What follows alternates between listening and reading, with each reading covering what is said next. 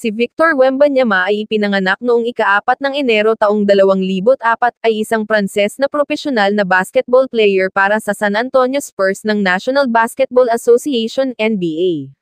Itinuturing na isa sa mga pinakadakilang prospect ng basketball sa kanyang henerasyon, una siyang napili ng Spurs sa 2023 NBA Draft.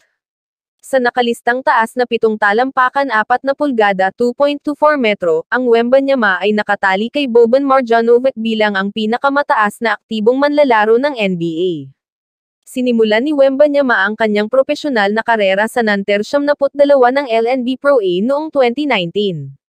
Pagkalipas ng 2 taon, lumipat siya sa ASVEL at nanalo ng titulong Pro A sa kanyang nag-iisang season kasama ang koponan.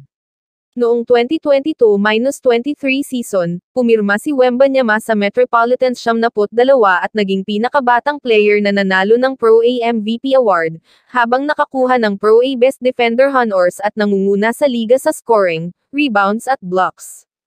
2 beses siyang pinangalan ng LNB All-Star, nanalong All-Star Game MVP ng 1 beses, at 3 beses na Pro A Best Young Player. Naglalaro din si Wembanyama para sa pambansang koponan ng Pransya. Sa antas ng kabataan, pinangunahan niya ang kanyang koponan sa 2 pilak na medalya, kabilang ang 2021 FIBA Under-19 World Cup, kung saan itinakda niya ang FIBA record para sa mga block bawat laro sa isang paligsahan.